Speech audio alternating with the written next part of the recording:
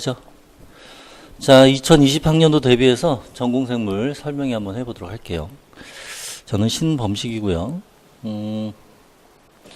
자, 우선 임용시험이 무엇인지 한번 보도록 합시다. 간단하게 보고 넘어가는 걸로 하도록 할게요.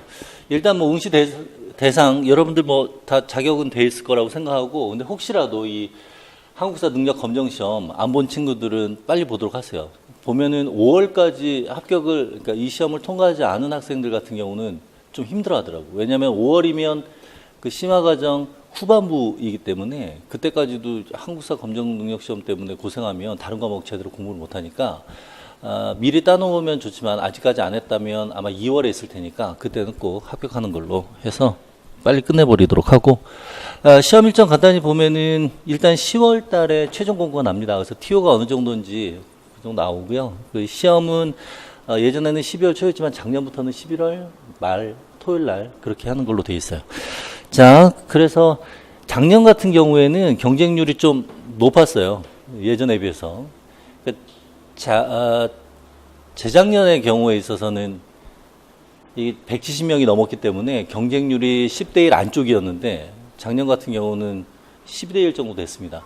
아마 올해는 이거보다는 좀 더 많이 뽑을 거예요. 올해 많이 적게 뽑았기 때문에 더 많이 뽑을 것 같고, 생물이 요즘에 좀 경쟁률이 높죠. 뽑는 인원은 적은데 응시하는 사람이 많기 때문에. 근데 뭐 실제 12대 1이라고는 하지만 뭐 그냥 한번 보는 사람이라든가 뭐 이런 거 공부 제대로 안 하고 시험 보는 사람도 뭐 이런 거 따져보면 뭐 10대, 한 2, 3대 1 정도라고 생각하고 너무 부담 갖지 말고요. 여러분들 열심히 하면 충분히 됩니다. 이 경쟁률에 너무 크게 신경 쓰지 않도록 하세요. 차이가 있긴 한데 대략 저 정도 생각하면 될 것 같고요. 자, 전형 방법을 보면 1차 시험, 여러분들이 1차 시험 보고 나서 이제 1월 달에 2차 시험을 보게 되는데, 1차 시험의 경우에 있어서 일단 1, 2, 3교시 보면 1교시 때 60분 동안에 한 문제를 풀죠. 그래서 배점은 20점 배점입니다. 그리고 2교시, 3교시 해서 80점 배점이고요. 그 80점 배점 중에 교과 내용학, 제가 여러분들에게 강의할 교과 내용학이 차지하는 비중이 한 대략 70% 정도 돼요. 그래서 대략 70% 되면은 7, 8에 56이니까 56점 정도. 전체 100점 만점에 56점 정도가 내용학에서 나온다. 이렇게 생각하면 됩니다. 그러면 이제 2차 시험은 뭐, 요 정도 간단히 보면 되고요. 2차 시험은 그 여러분들이 지원하는 지역마다 약간씩은 다를 수가 있습니다. 그래서 뭐 실험을 보는 곳도 있고 안 보는 곳도 있으니까 2차 시험 같은 경우 여러분 지원하는 곳 전형에 따르면 되고요. 자, 채점 방법을 이제 여러분들에게 간단히 얘기를 할 텐데, 여러분들 이제 모의고사 나중에 이제 첨삭을 내가 하게 되면 학생들이 그 키워드를 눈에 보이게 써야 되는데 문장을 쓰다 보면은 키워드가 구석에가 있다든가 글씨체 자체가 뭐 미운 글씨체라도 상관없어요. 또박또박 쓰기만 하면 알아볼 수가 있는데 알아보지도 못하게 쓰는 친구들이 있습니다. 이 채점하는 사람들이 1600명을 채점을 해요. 그래서 3명이 채점을 하는데 나눠서 하는 게 아니라 각각 1600명을 채점을 하기 때문에 시간상 되게 그 시간이 모자릅니다. 그래서 키워드가 눈에 안 보이면 여러분들이 썼는데도 오답 처리가 될 수도 있어요. 물론 꼼꼼하게 한다고는 하지만 3명이 번갈아가면서 채점을 하기 때문에, 그래도 혹시 모르니까 여러분들이 답안을 작성을 할 때는 키워드가 눈에 보이게끔 작성하는 연습을 할 필요가 있습니다. 그래서 이 작성 방법에 보면은 이제 뭐 서술형 같은 경우는 작성 방법이 한 2개 정도 나옵니다. 2개의 키워드를 미리 거기다 표시를 해놓고 그 키워드 중심으로 문장을 만들면 서술형은 충분히 될 수가 있어요. 자, 그러면 이제 시험 아까 뭐 그 1교시가 60분, 2교시, 3교시 90분씩 해서 문제가 나온다고 했는데, 좀 구체적으로 이제 문제를 보면 교육학 같은 경우 뭐 논술형, 그리고 전공 A, 전공 B, 2교시, 3교시 때 전공 내용학을 보게 됩니다. 이 전공 내용학은 교과로나 같이 시험을 보게 되는데, 예전에는 기입형이 8문항이었고 서술형이 이렇게 6문항, 그 다음에 4점짜리 5문항, 5점짜리 2문항, 그리고 논술형 이렇게 있었습니다. 그런데 이제 2020학년도부터는 이제 바뀌었어요. 바뀌어서 기입형 문항수를 줄이고요. 서술형 문항수를 늘리고 논술형 문항수는 없앴습니다. 논술형 문항수 전공 내용학 같은 경우는 큰 의미가 없어요. 전공 내용학의 경우에 있어서 2014년도 대비 시험에서 첫 시험 볼 때 서술형 바뀐 다음에 첫 시험 볼 때는 전공 내용학 문제로만 10점짜리 문제가 나왔다가 그 다음부터는 교과론과 내용학을 섞어서 10점짜리 나왔다가 작년 같은 경우는 교과론에서만 논술형이 나왔어요. 그런데 이제는 그 논술형을 아예 없애고 서술형으로 싹 바뀌었습니다. 그리고 배점도 아까 서술형 5점짜리 두 문항이 있었다고 했었죠. 이제는 그게 없고 다 4점짜리로 서술형이 바뀌었어요. 그러니까 다시 한번 정리하면 기입형은 6문항이고요. 그러니까 8문항에서 2문항 줄어들었고 서술형은 17문항. 그러니까 서술형은 좀 늘었죠. 대신 배점은 다 모두 4점. 그리고 서술형, 그러니까 논술형은 없는 형태. 그래서 여러분들이 문제를 푸는 좀 더 편하게 풀 수도 있고 점수 계산하는 것도 편해진 거죠. 그리고 여기서 이제 80점, 전공 관련해서 2, 3교시 때 80점 중에 56점이 제가 여러분들에게 가르치는 내용이고, 여러분들 이제 기입형 서술형 하면 좀 개념이 안 잡힐 수도 있는데 초시생 같은 경우는 기입형의 경우에 있어서는 어떤 완성형, 가로 넣기 또는 물어봤을 때 단답형으로 대답을 하면 됩니다. 근데 서술형의 경우에 있어서 여러분들이 어렵게 생각할 수 있는데 서술형도 거의 기입형하고 똑같아요. 서술형에서는 작성 방법을 2가지 정도 제시를 했을 때 보통 단답형처럼 키워드가 있습니다. 그래서 그 키워드를 위주로 문장을 만들면 되니까 어렵게 생각할 필요는 없습니다. 이따가 기출문제 간단히 보면서 우리 얘기 다시 한번 해보도록 합시다. 그래서 보통 한 4줄 정도를 채우게 되는데 3문장 정도, 2-3문장 정도면 충분히 4줄 채우니까 뭐 주어 서술로 넣고 뭐 하다 보면은 키워드 그 다음에 주어 서술로 해서 문장 만들면 그 4칸은 금방 채워집니다. 그리고 상세한 내용이라고 해서 막 이것저것 다 넣을 필요 없이 살만 좀 살짝 붙여서 그 4줄에 맞게끔만 쓰면 충분히 여러분들이 좋은 그 점수를 받을 수 있어요. 어렵게 생각할 필요는 없습니다. 서술형. 자, 그럼 평가 영역 그러면 뭐 상당히 많죠. 뭐 교과로는 여기 있고요. 그 다음에 우리가 배우는 내용학이 이렇게 분야가 많습니다. 그런데 이 분야를 뭐 각각 떼서 하는 게 좀 헷갈릴 수가 있으니까 저 같은 경우는 크게 4영역으로 나눴어요. 그래서 4영역으로 나눠서 봤을 때 세포학, 유전학 각각 한 영역씩 나누고 그 다음에 동물생리, 그 다음에 식물학, 생태학, 진화분류학 이렇게 해서 크게 4영역으로 나눴을 때 보면 서술형이 시작된 2014년도부터 2018학년도 대비 그 임용고시까지의 그 퍼센티지를 보면 대략적으로 뭐 세포학, 유전학 그 문항 수가 약간의 차이가 있을 수는 있지만 합치면 50% 정도가 됐어요. 그리고 동물생리, 식생분진도 대략 50%. 그런데 2019년도, 그러니까 요번 11월 25일 이때 시험 본 경우를 보면 문항 수가 좀 많이 줄어들었어요. 그래서 세포학 같은 경우는 작년에는 많이 나왔었는데 올해는 상당히 줄어든 양상이에요. 자, 지금 여기 있는 숫자가 뭐냐면 기입형 8문제 중에 7문제가 전공 내용학이란 얘기고요. 서술형 14문제 중에 10문제가 전공 내용학이란 얘기입니다. 그 논술형 한 문제. 그런데 2019년도 같은 경우에 있어서 전공 내용학이 8문제 중에 7문제가 나왔는데 그 7문제를 보면 세포학에서 2문제, 유전학 1문제, 동물생리 2문제, 식생분진에서 2문제에서 2점씩 배정된 상태로 나왔었고, 그 다음에 서술형 같은 경우에 세포학에서 나오진 않았어요. 작년 같은 경우 나왔었는데 유전학에서 3문제, 동물생리, 그 다음에 식생분진에서 3문제, 4문제 이런 식으로 나왔습니다. 논술형은 안 나왔고요. 그래서 요번 같은 경우는 좀 동물생리하고 식생분진 파트의 비중이 높았어요. 대략적으로 보통 이렇게 반으로 나눴을 때 세포 유전학 앞에서도 얘기했듯이 50% 정도로 비중을 맞췄는데 올해는 좀 비중이 좀 떨어진 양상이 나타났습니다. 그래서 좀 동물생리의 비중은 예전에 비해서 좀 늘어난 편이고요. 그러니까 여러분들이 앞부분도 뭐 여러분들 시험 볼 때는 세포학에서 한두 문제 더 추가로 나올 가능성이 있습니다. 그러니까 전체적으로 골고루 공부한다라는 생각하면 되고요. 특히 이제 식생분진 같은 경우는 여러분들이 배우는 건 그냥 다 나온다 생각하면 돼요. 범위가 적기 때문에. 대신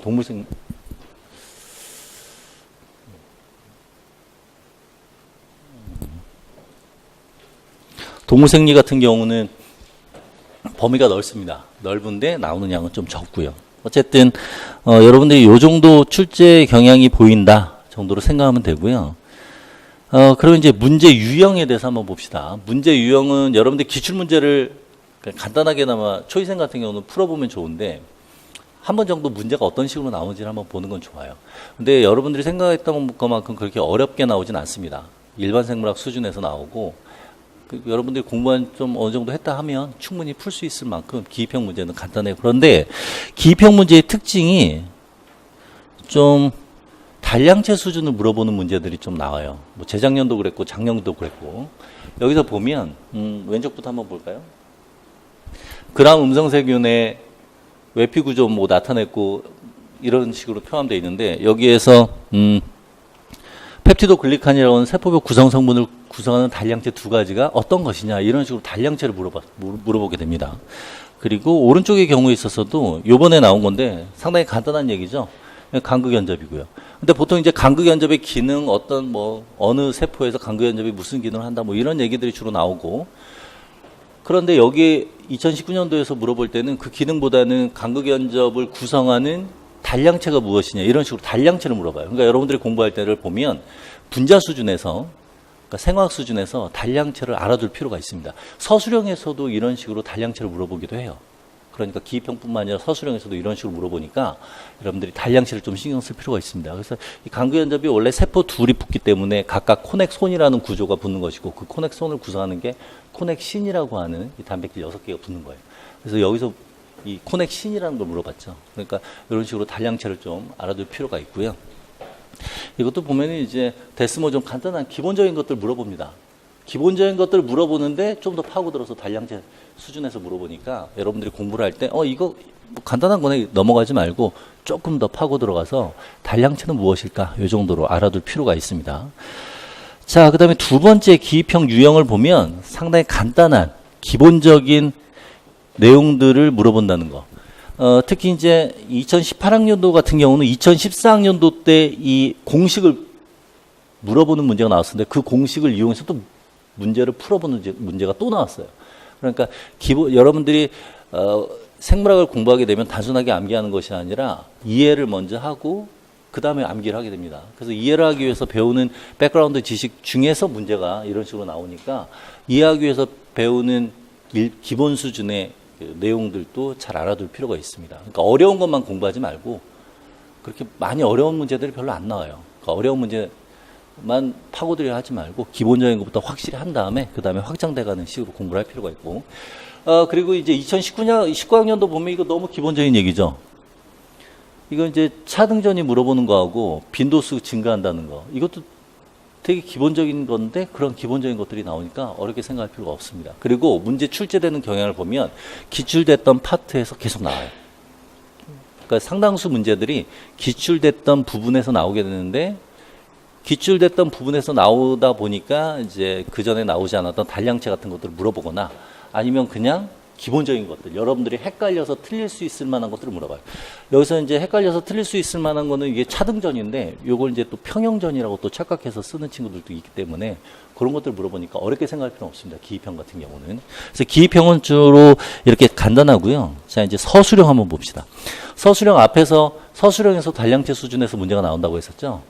그래서 단량체 돌리콜이라고 하는 인지질로부터, 이 엔당화가 일어나는 그 과정에 대해서 요 수준, 분자 수준에서 물어보고 있습니다. 그러니까 이러한 단량체들도 이거 뭐 이런 거 나오겠어 이러지 말고 꼭 보도록 하세요. 문제 경향이 그런 식으로 나오고 있어요. 그리고 요거는 뭐 단백질 이동 과정이니까 이거는 다 예전에도 이것도 관련된 문제가 예전에 기출이 됐었습니다. 됐던 건데 약간 형태를 바꿔서 모양만 바꿔서 모식도 형태로 해서 문제가 나오는 거예요. 그러니까 기출문제는 우리가 나중에 문 풀 때 풀 예정인데 기출문제는 틈나면 이렇게 한 번씩 보는 것도 좋아요. 그리고 또 어떤 기출문제를 보면 좋냐면 미트디트 피트 문제를 풀어보는 게 좋습니다. 미트디트 피트 문제 2017년도에 좀 심했는데 이게 8월 달에 피트에서 시험 본 문제고요. 이거는 11월 말에 12월 초? 그때 임용에서 시험 본 문제예요. 이거 그대로 문제 냈고 여기에 보기를 여기 작성 방법에서 그대로 물어봤어요. 그리고 다른 문제도 똑같은 그림을 똑같이 쓴 문제가 있습니다. 2005년도 MD 문제도 2017년도에 또 똑같이 나왔어요. 그러니까 여러분들이 미트디트 피트 문제도 틈나는 대로 보면 좋은데 대략 내가 생각했을 때는 미트디트 피트 문제 한 1000문제 정도 돼요. 그게 2005년부터 때부터 시작됐기 때문에 지금 14년 정도, 15년 정도 지났죠. 그러니까 여러분들이 그 많은 문제를 꼼꼼하게 볼 수는 없어요. 그러니까 그냥 정리 정도 하는 수준? 아니면은 그림이라든가 어떤 내용들이 문제화 됐었구나. 이 정도 수준으로 보는 게 좋습니다. 그래서 실제로 예전에 재작년이었나?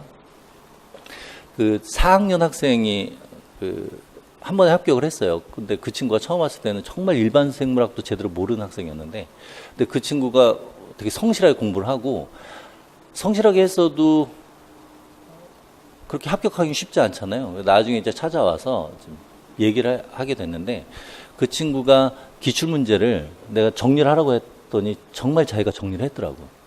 그러니까 그때 내 수업은 내 수업 듣는 학생들이 스터디를 형성을 했는데, 그 친구가 이런 미트디트 피트 문제 같은 것들을 또 임용 기출을 나름대로 세포학 파트, 유전학 파트, 또 세포학 파트에서도 뭐 세포흡이냐, 광합성이냐, 또 세포 구조냐, 고분자냐 이런 식으로 다 나눠서 자기 조원들에게 나눠줬다고 하더라고요. 그러니까 그걸 분류를 한다는 얘기는 그 문제를 파악을 했다는 얘기이기 때문에 그 과정에서 공부가 됐나 봐요.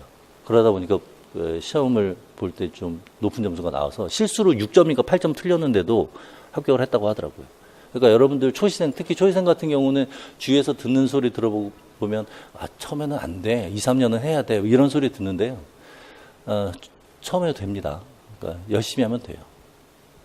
그래서 하라는 것만 제대로 해주면 돼요. 그러니까 이런 것도 꼼꼼하게 하면 시간이 너무 걸려요. 지쳐. 그러니까 뭐 각 파트별로 분류 정도만 해도 많이 도움이 되고, 이런 그림이라든가 어떤 내용들이 나왔구나 정도만 봐도 충분히 도움이 돼요.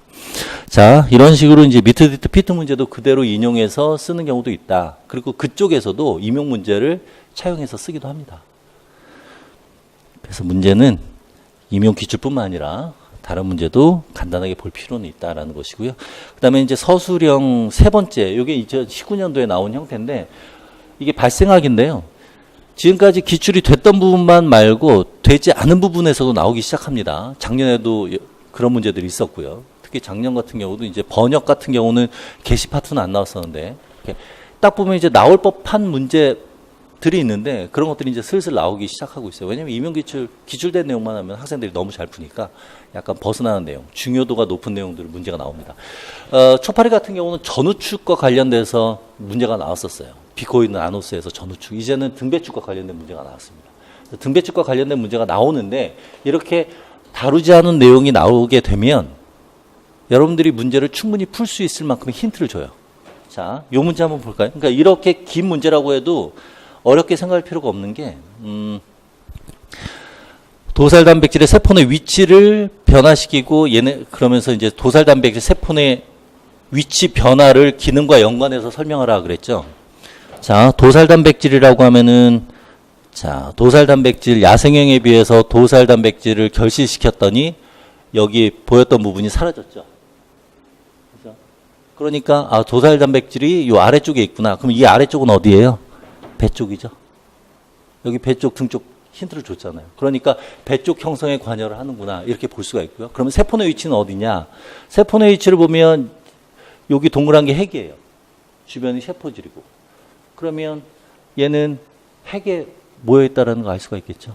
그러니까 문제에서도 보면 이런 도살 단백질에 대해서 모른다 하더라도 충분히 힌트가 나오니까 어렵게 당황하지 말고 문제를 풀도록 하세요. 그래서 세포 내 위치를 변화시킨다고 했으니까 세포질 쪽에서 핵으로 이동할 것이다. 이렇게 예상을 할 수가 있다고요. 그러니까 힌트가 다 나온다고요. 알면 편하게 풀지만 모른다 하더라도 당황할 필요가 없습니다. 알겠죠? 자, 그 다음에 나머지 유전자 순서 이런 것도 보면 결실과 관련돼서 세포 신호 전달 과정, 이것도 충분히 유치해서 풀 수가 있습니다. 어렵게 생각할 필요 없어요. 그래서는 뭐 간단하게만 언급만 하는 거고, 나중에 여러분들 기출 문제를 풀면서 자세히 보도록 합시다.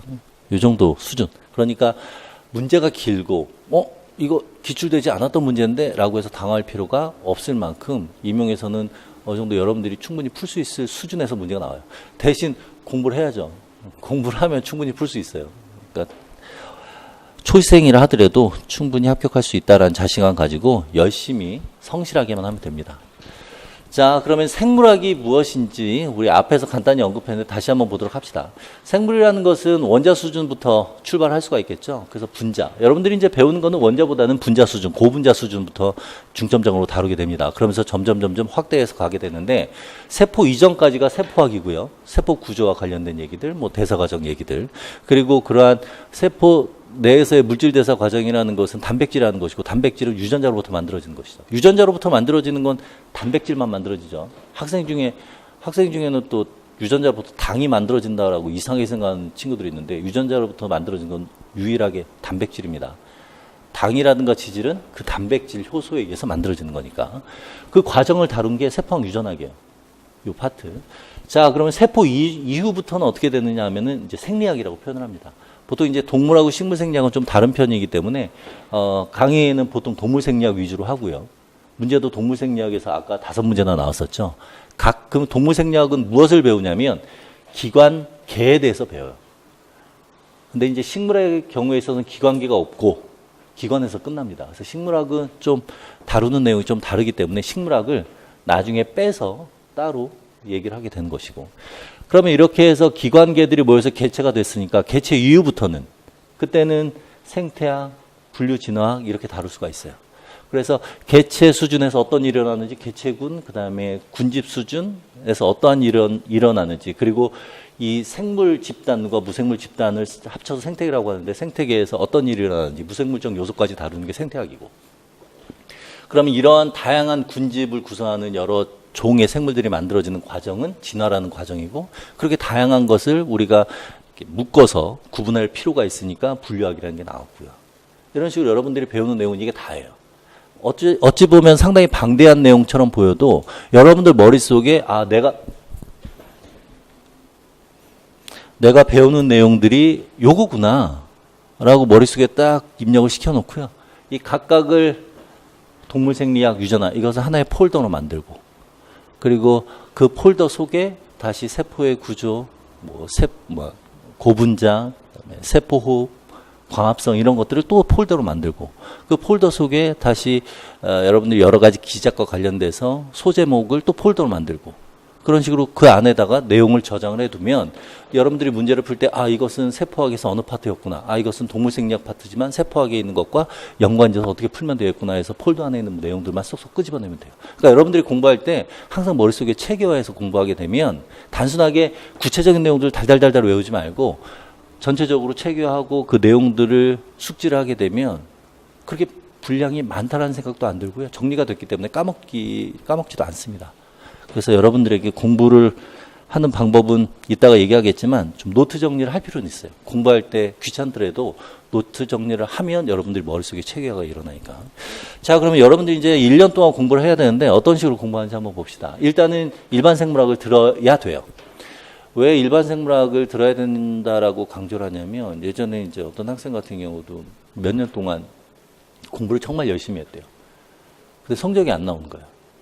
혼자서 일반 생물학 책도 독학으로 정독을 4번 정도 한 친구도 있어요. 근데 그래도 안 되니까 이제 왔어요, 나한테. 그러면서 일반 생물학부터 들었어요, 그 친구는. 보통 이제 그 초이생이 아닌 경우는 일반 생물학 그냥 패스하는 친구들도 있는데 자기는 알고 있다. 그러면 성적이 안 올라요. 근데 이 친구는 일반 생물학부터 들었는데 일반 생물학 들으면서 자기가 여태까지 일반 생물학 공부한 내용이 뭔지 모르겠다는 거예요. 그러니까 자기가 공부한 내용과 나한테서 배운 내용이 그러니까 이게 다른 거죠. 그러니까 혼자 공부하게 되면 자기가 아는 것만 머릿속에 집어넣고 나머지 의미들, 문구의 의미들을 이해를 못하고 그냥 넘어가게 되니까 공부 하나만 해요. 그래서 일반 생물학 2달 동안 듣게 되면 머릿속에 딱 정리가 되고 그리고 일반 생물학 정리된 상태를 토대로 해서 심화 이론을 배우게 되면 다시 한번 언급이 되니까 일반 생물학 다시 한번 복습하는 계기도 되고요. 이미 알고 있는 상태에서 체계화된 상태에서 심화 이론을 듣게 되면 폴더가 정리된 상태에서 내용에 살을 붙이게 되니까 훨씬 그 효율이 좋습니다. 그래서 일반 생물학은 혹시 그 초이생이 아닌 친구들도 만약에 성적이 이상하게 잘 안 오른다라고 생각되는 친구들은 처음부터 다시 하는 게 좋아요. 2달 동안 딴 거 하지 말고 충실하게 일반 생물학을 듣는 게 좋습니다. 솔직히 4학년 졸업한다 해도 생물 모르잖아요. 나도 몰랐어요. 대학원 가서 막 다시 또 혼자 공부하고 막 열심히 또 해야죠. 그리고 이렇게 여러분들하고 커뮤니케이션 하면서 또 나도 공부해요. 그러니까 공부하면 할수록 한 번 볼 때에 비해서 두 번 보게 되면 의미가 또 달라져요. 세 번 보게 되면 그 똑같은 문장이라 하더라도 어떤 의미인지 다시 또 달라져요. 왜냐하면 이거 조절 안 했더니 계속 꺼지네. 세포학 파트에서 배운 게 동물생리하고 연결돼요. 우리가 세포학부터 쭉 공부를 하는 고분자 파트부터 쭉 공부를 하는 이유가 그 고분자에 의해서 세포의 기능이 결정되고 그 세포에 의해서 기관, 조직 기관의 기능이 결정되고 개체의 움직임, 그런 행동들이 결정되고 그에 따라서 생태학까지 연결되기 때문에 여러분들이 꾸준히 이렇게 차근차근 하는 필요가 있고요. 그다음에 이렇게 정리를 노트 정리하면서 열심히 공부를 하게 되면 한 80% 정도 완성이 될 겁니다.